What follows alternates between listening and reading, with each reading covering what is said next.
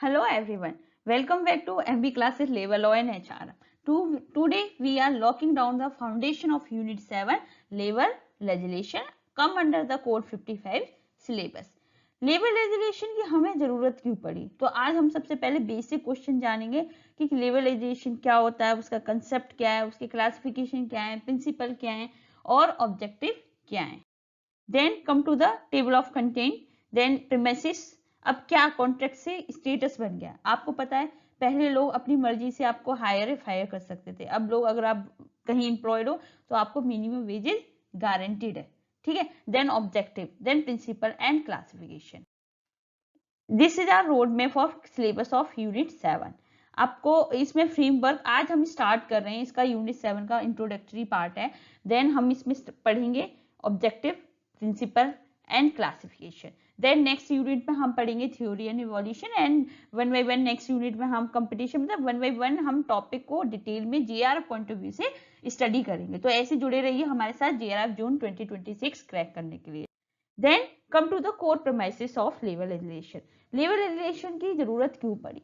एक मिथ है equal bargaining power. आपको पता है कि मार्केट क्या है? फ्री मार्केट है, प्योर फ्री मार्केट है. यहाँ पे एम्प्लॉयमेंट का मतलब क्या होता है? कोई भी contract between the buyer and seller, मतलब वर्कर एंड एम्प्लॉय के बीच में जो कॉन्ट्रैक्ट है वही हमारा एम्प्लॉयमेंट होता है. तो अब ये कॉन्ट्रैक्ट क्या था? रियलिटी में कॉन्ट्रैक्ट क्या वर्थ इट था या क्या इक्वल वेटेज था? नहीं. Contract assume both party. Contract का मतलब ये है कि दोनों पार्टी के पास इक्वल पावर है कि वो नेगोशिएट कर सकते हैं, वो अपना कितना वेजेस देना है उनको कितना चाहिए. लेकिन इंडस्ट्री वर्ल्ड में ये बिल्कुल भी करेक्ट नहीं है. यहाँ पे क्या है? एम्प्लॉयर के पास कैपिटल है, वो वेट कर सकता है. ठीक है. और वर्कर के पास क्या है? फिजिकल लेबर है, वो अपना फिजिकली लेबर तो सेल कर रहा है, तो वो क्या है? हाईली पेरिसेबल है. अगर वो आज काम नहीं करेगा तो उसका आज का वेज चला जाएगा परमानेंट, हमेशा के लिए. देन उसकी फैमिली को उसकी नीड है तो उसकी फैमिली स्टार्व फील करेगी. ठीक है. That's why labour legislation exist. तो इसी प्रेमाइसिस के लिए लेबर लेजिस्लेशन एग्जिस्ट किया क्योंकि individual worker is fundamentally powerless against the employer. ठीक है. तो दैट्स वाई इसी को इंटरवेन करता है उसकी पावर को इम्बेलेंस करने के लिए. तो अब जो एक वीकर पार्टी है उसको सपोर्ट करने के लिए हमारा लेबर लॉ आ गया. इनवाइटेबिलिटी है स्टेट इंटरवेंशन की, बिकॉज अनइक्वल पावर है. स्टेट अगर इंटरवेन नहीं करेगी तो कहीं ना कहीं जो एम्प्लॉयर है वो उसको नेचुरली डिक्टेट ये सारी चीजें फॉलो करेगा. सोलर वर्किंग आवर्स देगा, पॉवर्टी वेजेस देगा, नॉन पेमेंट ऑफ वेजेस करेगा. दैट्स वाई स्टेट को इंटरवीन करना पड़ा.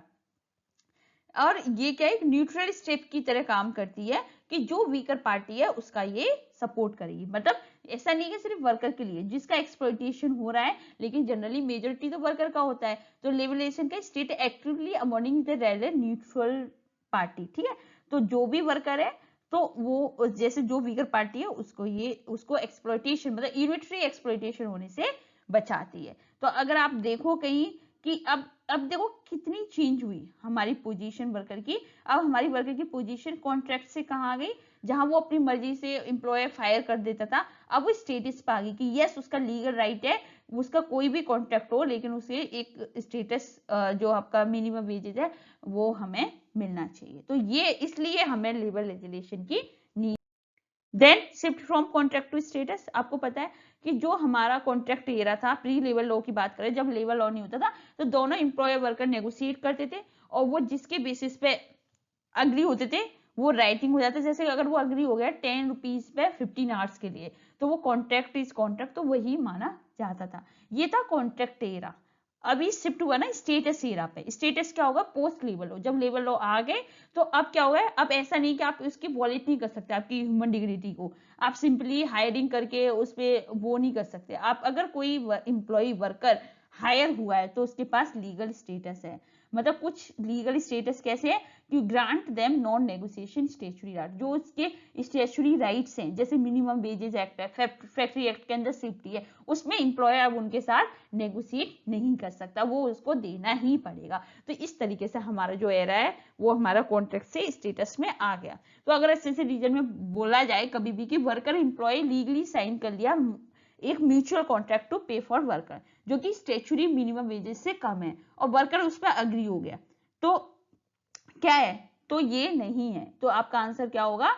फॉल्स होगा, क्योंकि you can not contract out of statutory status, मतलब उससे ज्यादा दो तो आप कॉन्ट्रैक्ट कर सकते हो लेकिन उससे कम नहीं कर सकते। तो इस तरह का कॉन्ट्रैक्ट कैसा माना जाएगा, लीगली वॉइड माना जाएगा। ठीक है, तो ये हमारा contract to status. Now labour is not a commodity. आपको पता code declaration international labour organisation थी, डिक्लेरेशन ऑफ फिलाडेल्फिया 1944 में उन्होंने बोला था कि ये कमोडिटी नहीं है। ठीक है, ये जैसे फॉर एग्जांपल आप एक मशीन को बाय करते हो, उसको यूज किया, उसको खराब हो गई तो उसको फेंक दिया, बट ह्यूमन लेबर के साथ आप ऐसे नहीं कर सकते। आपकी ह्यूमन बीइंग जो उसके पास पसेस क्वालिटी है, सपोज मैं आपको पढ़ा रही हूँ तो आप एज ए मुझे ह्यूमन बीइंग एज ए वंदना और एज ए मेरे टीचिंग स्किल को अलग नहीं कर सकते। ठीक है, तो डेट्स वाई इन्होंने कहा लेबर हमारी कमोडिटी नहीं है। तो labour can not be subject to blind ब्रिचुअल law for supply demand without the protective legislative buffers. मतलब इसी वजह से हमें अब लेबर लेजिस्लेशन हमारा प्रेमाइसिस में आया। ठीक है, अब आपको पता चल गया लेबर लेजिस्लेशन क्यों आया, क्योंकि हमारे जो वर्कर थे वो वीकर थे और उनका एक्सप्लॉयटेशन हो रहा था। दैट्स व्हाई वी नीड, और कॉन्ट्रैक्ट में वो उनकी ऐसे वॉल्यूशन कर रहे थे उनकी ह्यूमन डिग्निटी का, इसलिए हमारे एक्ट आए जिन्हें वो उन्हें गारंटी देना पड़ेगा। Then come to the objective of labour legislation. क्या ऑब्जेक्टिव है? First one is social justice, मतलब इक्वल बार्गेनिंग पावर होनी चाहिए। स्टेट इंटरवेंशन का ऐसा नहीं, वर्कर जो भी वीक है, ऐसा नहीं है कि आपका लॉ सिर्फ हमारे प्रॉफिट के मैक्सिमाइज करने के लिए आते हैं। नो, ये किसके लिए होते हैं लॉ? इक्विटेबल डिस्ट्रीब्यूशन के लिए, जस्ट लाइक दिस। ओके, इस तरह से हमारे equal distribution. Then social equity. Social equity क्या है कि जैसे सोशल जो जस्टिस था वो हमारे equal bargaining power, equal negotiation, लेकिन इक्विटी में आपको न्यूमेरिकल बेसिस पे एक रिजिड है, यूनिवर्सल न्यूमेरिकल फ्लोर है, जैसे मिनिमम वेजेस एक्ट की, अगर आपको कम से कम इतना मिनिमम वेजेस मिलेगा। ठीक है, मैटरनिटी बेनिफिट एक्ट, ये सोशल इक्विटी में आ गया। नेशनल इकोनॉमी, अगर आप बात करो कि सिर्फ हमारा जो लेबर लॉ है वो सिर्फ वर्कर के लिए, ऐसा नहीं है। ये हमारा इसलिए भी जो हमारी नेशन की इकोनॉमी है। ठीक है, प्राइमरी ऑब्जेक्टिव क्या है इसका? इंडस्ट्रियल प्रोडक्शन कंटिन्यूस रहे, अगर वो नहीं रहेगा तो इकोनॉमी ड्रॉप होगी, तो जीडीपी हमारी ड्रॉप हो जाएगी। That's why we need a prevent the strike lockout, we need a labour law. Then come to the international uniformity. आपको पता है आईएलओ आ गया, तो उनसे हमें मैच करने के लिए हमें लेबर लॉ का ही ऑब्जेक्ट रहता है। ठीक है, तो ये हमारे ऑब्जेक्टिव हो गए। अभी हम इसे डिटेल में। First one is the social justice. Social justice क्या है? Primary driver in pure capitalist market employ has all bargaining power. Employ के पास सारी बार्गेनिंग पावर है और इंडिविजुअल वर्कर के पास नहीं है।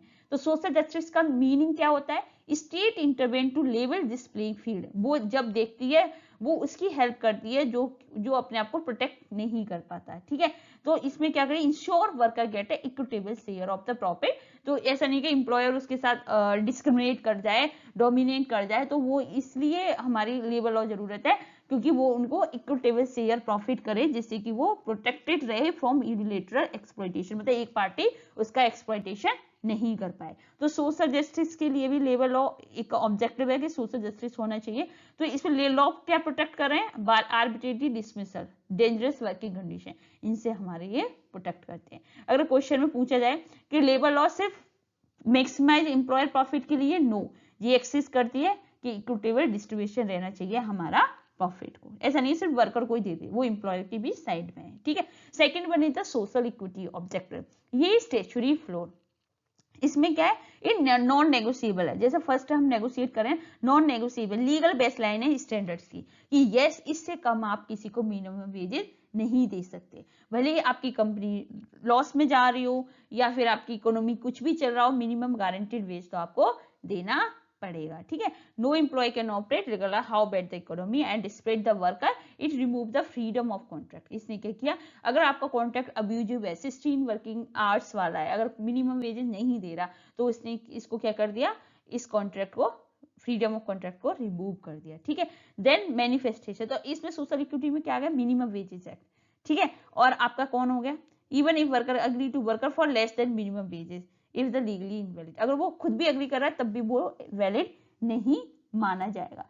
Then difference justice equity. Social justice में डिफरेंस क्या है कि वो फेयरनेस इन रिलेशनशिप की बात कर रहा है। इक्विटी में क्या है? वो आपको वेज, आर्ट्स और इनकी यूनिवर्सिटी जो एप्लीकेबल है उनके बारे में बात कर रहा है। ठीक है, then national economy and industrial peace, ये इसका मैक्रो ऑब्जेक्टिव है। देन इसमें क्या होता है, this the biggest blind spot for the student, क्योंकि लेबर लेजिस्लेशन लोगों को लगता है कि सिर्फ वर्कर के लिए, हाँ मेजोरिटी है जो पार्टी के पास पावर नहीं है, अपनी वॉइस नहीं है, उसके लिए लेबर लॉ आता है, लेकिन ऐसा नहीं है कि आप जो हमारी वेजेज है वो सिर्फ वर्कर के लिए है। Labour law it's for the country, है ना। स्ट्राइक, लॉकआउट, इंडस्ट्री अनरेस्ट, इससे क्या होता है, हमारा प्रोडक्शन लॉस में जाता है, इससे क्या होता है, हमारी जीडीपी डैमेज होती है, नेशनल इकोनॉमी डैमेज होती है। That's why we need a labour law. उस चीज को पीस में रखने के लिए, प्रोडक्शन कंटिन्यू करने के लिए हमें लेबर लॉ का ऑब्जेक्टिव होता है। मैन्युफैक्चरिंग, इसमें क्या है, industry dispute act 1947, industry relation code 2020 provide the machinery conciliation and tribunal to resolve dispute before they run into strike.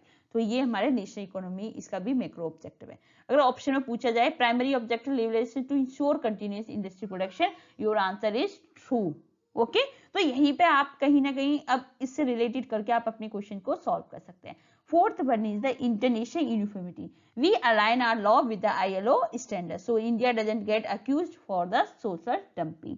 हमें क्या करना, अपने लॉ अलाइन करने ILO से। जैसे कि सोशल डंपिंग क्या होता है, सोशल डंपिंग जब होता है जब कोई भी कंट्री अपने वर्कर का एक्सप्लॉइटेशन कर रही होगी, सपोज बहुत ज्यादा 16 वर्किंग आवर शिफ्ट है, कोई सेफ्टी गियर नहीं है, और इससे क्या होगा, आर्टिफिशियली चिप हो जाएगा प्रोडक्ट, तो ये कहलाएगी सोशल डंपिंग। तो हमें इससे क्या करना है, बचाना है, ठीक है, गुड, अपने पीपल को एक्सप्लॉइटेशन नहीं होने देना है।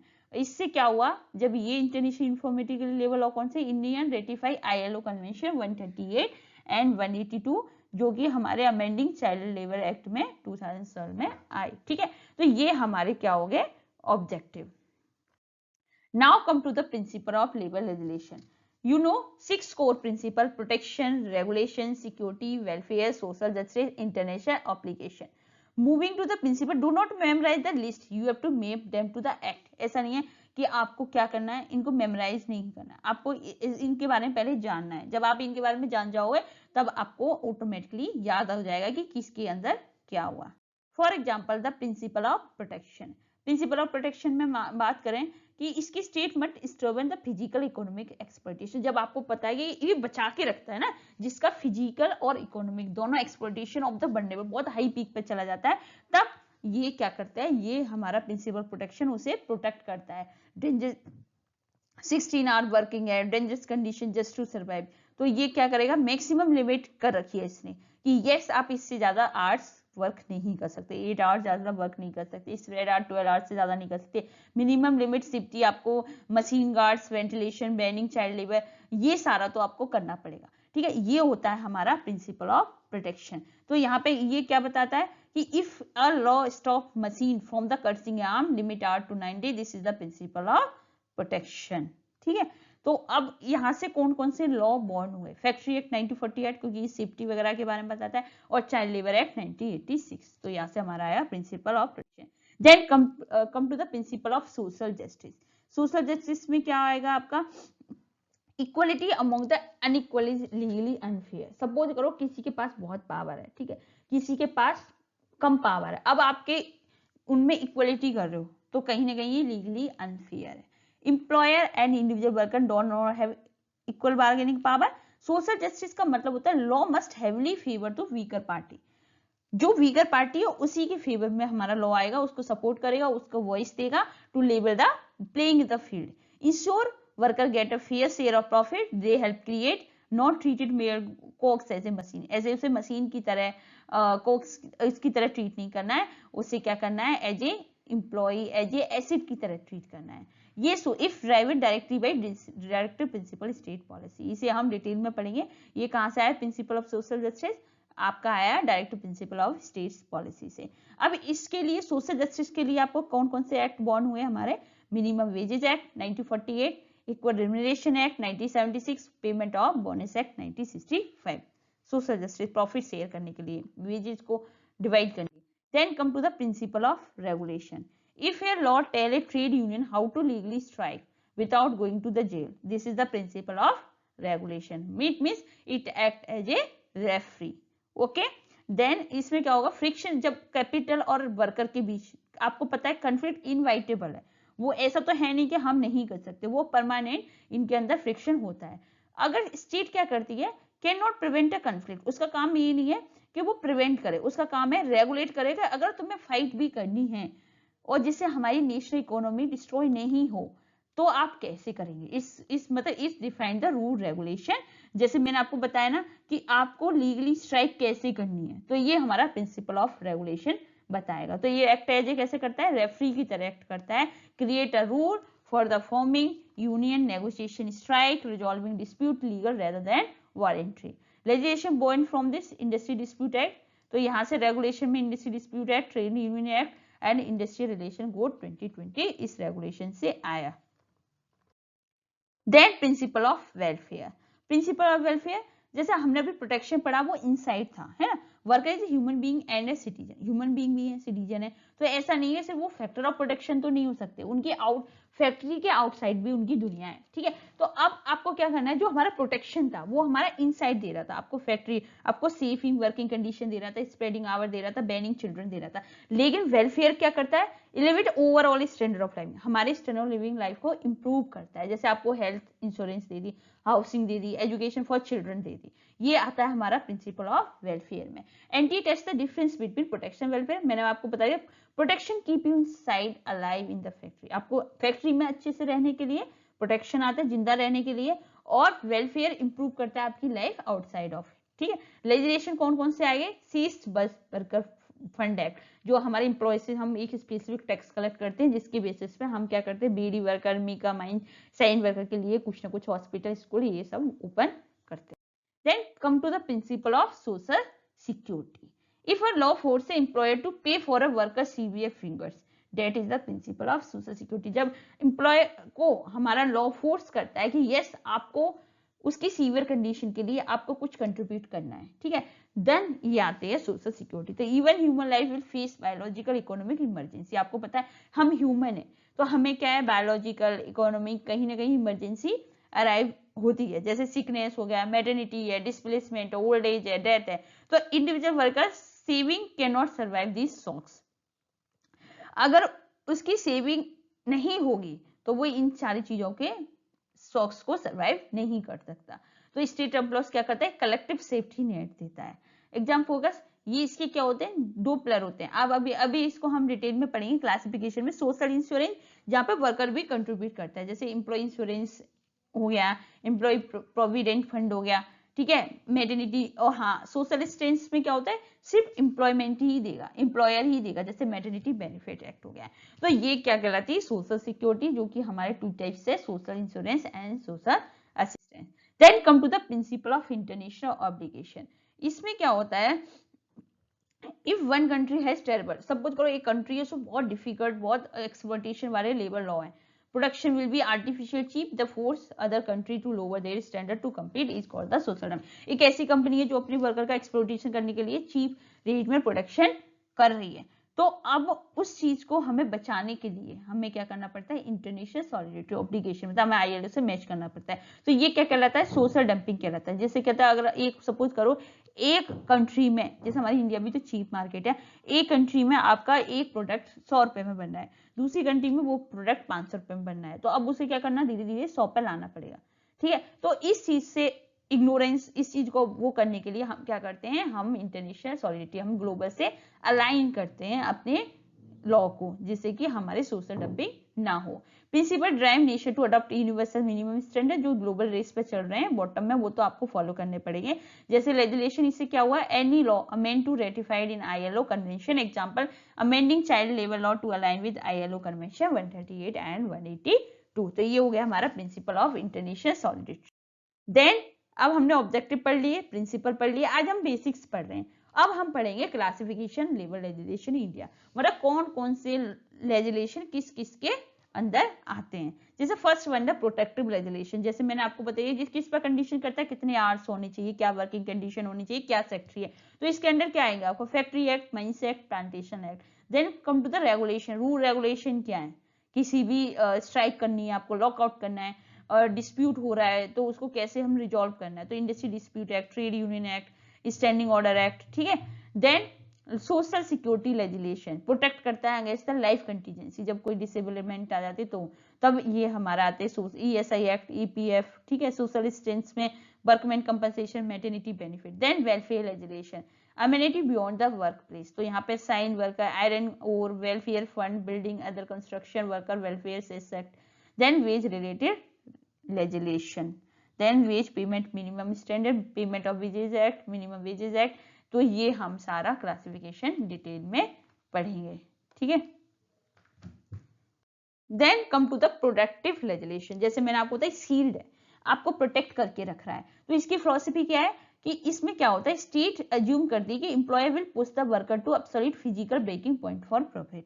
तो मतलब इसमें ये मान के चलते हैं जो एम्प्लॉयर वो कहीं ना कहीं पुश कर रही है वर्कर को कि उसके फिजिकल उसको ब्रेक, मतलब उसका इतना एक्सप्लॉइटेशन कर रही है, तो वहां पे क्या करता है प्रोटेक्टिव लेजिस्लेशन, क्या करता है एक hard non negotiable legal line draw कर देता है, जिससे उसकी फिजिकल सेफ्टी रहे, उसकी वर्क प्लेस हाइजीन रहे और उसका डिग्निटी, उसका एक्सप्लॉइटेशन ना हो। तो यहाँ पे क्या कर दिया उसने, स्ट्रिक्टली इनसाइड प्रीमाइसेस में ड्यूरिंग द वर्क आवर कुछ ना कुछ लॉ बना दिए। जैसे फैक्ट्री एक्ट, प्रोटेक्ट मतलब आपको प्रोटेक्ट कर रहा है इन द फैक्ट्री, मतलब आपको जिंदा रखने के लिए ये सारे लॉ आए हैं इन द ऑर्गेनाइजेशन में। फैक्ट्री एक्ट प्रोटेक्ट करता है फैक्ट्री वर्कर को hazardous machine, set maximum daily weekly यार, जो कि हम बहुत डिटेल में पढ़ेंगे फैक्ट्री एक्ट को। एंड माइंस एक्ट जो specially tailor for extreme subterranean hazards of mining, आपको पता है कितना हजार्ड्स होता है, सिलिकोसिस है, रूफ कोलैप्स है, तो इसको प्रोटेक्ट करने के लिए उसने क्या किया, स्ट्रिक्टली प्रोटेक्ट करने के लिए यहाँ पे हमने लॉ बनाए। Then plantation labour act, protect agriculture worker from weather exposure, chemical pesticide, guarding manual labour law. तो ये हमारा ये जो लॉ आए हैं वो किसमें आए, प्रोटेक्ट, जो आपको बचा रहे हैं कंडीशन से। तो आपको कंफ्यूज नहीं होना वेलफेयर एंड प्रोटेक्शन में, क्योंकि प्रोटेक्ट क्या है, एक तरह का आपका गार्ड कर रहा है under the factory, under the industry, and worker का क्या है जो आपको आउटसाइड ऑफ आपकी लाइफ स्टैंडर्ड को इंप्रूव कर रहा है, ठीक है। तो ये हो गया हमारा। Then come to the regulative legislation, as a referee का काम करता है। मैंने बताया कि ऐसा नहीं है कि आपको ये नहीं बताएगा आपको कितने आवर्स वर्क करना है, ये तो प्रोटेक्टिव बताएगा क्या आपको मिलेगा, बल्कि ये क्या करेगा, मशीनरी प्रोवाइड करेगा, रूल ऑफ एंगेजमेंट प्रोवाइड करेगा। जब उन दोनों में फाइट हो जाएगी तो वो कैसे अपने रिजॉल्व को, डिस्प्यूट को सॉल्व करेंगे। It regulate the power dynamics, focus on trade union, strike, lockout, dispute settlement mechanism. Industry dispute, अब इसमें कौन कौन से एक्ट है जो रेगुलेटिव लेजिस्लेशन है, इंडस्ट्री डिस्प्यूट एक्ट है, क्योंकि ये एग्जैक्टली लीगल फ्रेमवर्क प्रोवाइड करा रहा है आपका conciliation, adjudication. It dictate exactly how a legal strike happen when employee can fire someone. तो ये बताता है कि लीगल स्ट्राइक कैसे कर सकते हैं जब कोई भी एम्प्लॉयर आपको बाहर मतलब फायर कर देता है, ठीक है। तो इस तरीके से हमारा इंडस्ट्री डिस्प्यूट होती है। तो ये कब बताएगा लीगल स्ट्राइक कैसे होना है और कैसे एम्प्लॉयर भी किसी को फायर, बताइए ये सारे लीगल प्रोसीजर रूल रेगुलेशन बता देता है। अगर आप मिसकंडक्ट कर रहे हो, अगर आपको डिसिप्लिनरी एक्ट कर रहे हो, इनडिसिप्लिनरी एक्ट, तो उस टाइम पे आप कर सकते हो, ठीक है। Trade union act regulate how worker can legally group together for fight the employ without being sued the criminal conspiracy, कैसे बहुत सारे वर्कर मिलके अपने एम्प्लॉय, अपनी राइट की, अपने इकोनॉमिक वेजेस की, अपने राइट्स के लिए फाइट कर सकते हैं बिना क्रिमिनल कंस्पिरेसी, एम्प्लॉयर उन्हें सू नहीं करेगा। तो ये क्या है, ये हमारा रेगुलेटिव लेजिस्लेशन है, मतलब इसे हम बताते हैं अगर हमें कोई प्रॉब्लम हो रही है तो हम कैसे अपनी राइट के लिए फाइट करें, ठीक है। तो ये बताना, अब ये सारे इंडस्ट्री रिलेशन कोड 2020 में ये दोनों एक्ट मर्ज हो गए। Then come to the social security legislation, जब worker face inevitable life contingency, जब वर्कर लाइफ कंटीजेंसी फेस करता है, जैसे बीमार हो गया, डिसेबिलिटी हो गई, ओल्ड एज हो गया, मैटरनिटी है, तो अब उसका इतना कैपेसिटी नहीं है कि वो पैसा अर्न करे, अब उसकी capacity drop to zero. This legislation ensure that they do not starve when they can not work. तो ये लेजिस्लेशन करता है जब आप काम नहीं कर सकते तो इस लेजिस्लेशन का काम है तो आपको भूखा नहीं रहने देती है। तो उसके लिए दो वो आया हमारा, फर्स्ट टाइप है इसका सोशल सिक्योरिटी का सोशल इंश्योरेंस, देन सेकंड है सोशल असिस्टेंट। सोशल इंश्योरेंस क्या होता है, जब दोनों एम्प्लॉयर एम्प्लॉय पे करते हैं इनटू मासिव सेंट्रलाइज फंड, कोई फंड को करने के लिए दोनों पे करते हैं कुछ परसेंटेज ऑफ वेजेस, जैसे worker by into own security, जिससे क्या होता है वर्कर खुद अपनी ओन सिक्योरिटी, जब फ्यूचर में कोई प्रॉब्लम आएगी तो वो उसको यूज कर सकता है। Example employ state insurance act 1948। देन इसमें क्या होता है, एम्प्लॉय कितना पे करेगा 0.75 बेसिक वेजेस का, एम्प्लॉय कितना करेगा 3.25, ठीक है। तो जब अब इसके एक्ट के तहत क्या है, आप कहीं भी अगर कोई आपको मेडिकल हेल्प चाहिए तो आप स्टेट इंश्योरेंस उसके अंदर आप अपना मतलब अपना ट्रीटमेंट करवा सकते हैं और पेंशन स्कीम में भी आपका पैसा आएगा। Then EPF act, employ provident fund 1952, इसमें क्या होता है दोनों कंट्रीब्यूट 12% ऑफ वेजेस का करते हैं, जो कि ये हमारा प्रोविडेंट फंड है जो आप फ्यूचर में निकाल सकते हैं। ठीक है, इसमें दोनों डिफरेंस पूछ लेता है। सोशल इंश्योरेंस में दोनों पार्टी पे कर रही है, दोनों पार्टी कंट्रीब्यूट कर रही है, बट सोशल असिस्टेंस में non contributor, only single party पे करेगी जो कि एम्प्लॉयर है। वर्कर पे एब्सोल्यूट नथिंग, यहाँ पे वर्कर को कुछ भी पे नहीं करना। Financial burden for 100% on the employer as a statutory duty, ऐसा नहीं कि उसकी मर्जी है, उसकी स्टेचुरी है, उसको फॉलो करना पड़ेगा। ये क्या असिस्टेंस है, जब अपना वर्कर खुद कंट्रीब्यूट नहीं कर पा रहा है फंड, तब एम्प्लॉयर उसको देगा। जैसे वर्कमैन कंपनसेशन है, वर्कमैन ने अपना लूज कर दिया आर्म, ठीक है, अब वो काम तो नहीं कर सकता, तो उसे एंटायर कंपनसेशन देना पड़ेगा during the employment. Then maternity benefit act, ये आपको 100% वेजेस करना पड़ेगा 26 वीक ऑफ मैटरनिटी लीव का। This women does not contribute as a premium for this. Then come to the welfare legislation. Welfare legislation क्या है हमारा, this goes for basic survival safety. मैंने आपको पता प्रोटेक्शन में बेसिक है इनसाइड, लेकिन वेलफेयर में क्या है, इसके बियॉन्ड है। अब आपके वर्कर को ओवरऑल स्टैंडर्ड लिविंग को इंप्रूव करने के लिए, life outside of factory gates को फोकस करने के लिए हम वेलफेयर लेजिस्लेशन आया। इसमें क्या होता है, usually funded by the cess. एक सेस क्या होता है, एक स्पेसिफिक टैक्स होता है जो कि हमारी गवर्नमेंट कलेक्ट करती है इंडस्ट्री एम्प्लॉयर से। वो डायरेक्ट एम्प्लॉयर से पे आउट नहीं लेती, वो एक टैक्स लेती है, जिसे क्या करती है, वो गवर्नमेंट सेटअप करती है welfare fund to build a infrastructure. अब इसके अंदर कौन कौन से हैं, जैसे mica mines labour welfare fund है, ये क्या करता है, सेस मनी को hospital, water supply scheme, school specifically for mica mine and their family के लिए। Then bidi worker welfare fund act, provide housing subsidy, education scholarship for kids, medical care, geography, ये क्या है, वेलफेयर लेजिस्लेशन है।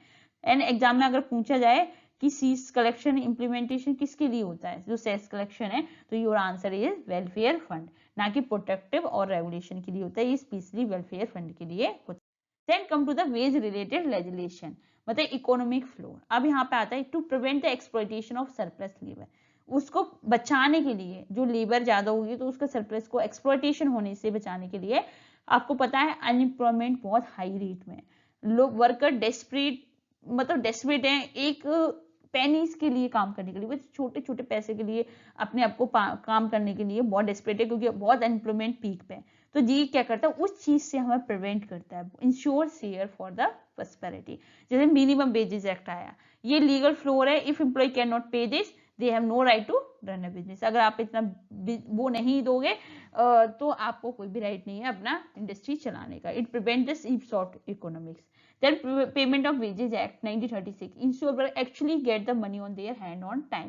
अगर आप कोई काम कर रहा है, ठीक है, वो एक एक्सपेक्टेशन रहती है कि एक मंथ के बाद या 15 डेज, एक मंथ के बाद मुझे वेजेस मिलेगा, लेकिन आप उन्हें टाइमिंग पे नहीं दे रहे हो, 7th बाय द एंड, अगर 1000 से ज्यादा है तो 10th ऑफ द मंथ, तो ये क्या है, तो फिर आपको कोई राइट नहीं। तो ये इससे भी रिलेटेड है, employ from making illegal deduction, charging massive fine, breaking to, तो ये इसके लिए हमारा पेमेंट ऑफ वेजेस एक्ट आया। Then payment of bonus act ensure if the establishment, अगर आपकी इंडस्ट्री प्रॉफिट कर रही है तो अब आपको वर्कर को भी उसकी वर्कर को वेल्थ को जनरेट करने के लिए स्टैट्यूटरी कट करना पड़ेगा मिनिमम 8.33%। तो ये हमारे थे wage related legislation, minimum wages, payment wages act and payment of bonus act. अब हम आते हैं P Y Q code 55 unit 7 legislation. इन टॉपिक से कौन कौन से पी बाई क्यू पूछे गए हैं, तो वन बाई वन हम आपको बताएंगे। पहला क्वेश्चन है maternity benefit act 1961 is the example of which type of labour legislation. मैंने आपको बताया, देखो अगर आपको पढ़ना है तो इस तरीके से पढ़ सकते हैं। सोशल जो प्रोटेक्टिव लेजिस्लेशन किसके लिए, जो इनसाइड ऑफ जब आप काम करो, जैसे वर्किंग आवर्स है, शिफ्टिंग है, ठीक है, उनके लिए। रेगुलेटिव जब कोई डिस्प्यूट होता है उसको सॉल्व करने के लिए, लीगली आप कैसे उसके अपने राइट के अगेंस्ट खड़ सकते हो। सोशल इंश्योरेंस क्या होता है, जब दोनों पार्टी कंट्रीब्यूट करती है, ठीक है, जैसे एम्प्लॉय प्रोविडेंट फंड हो गया, एम्प्लॉय स्टेट इंश्योरेंस हो गया।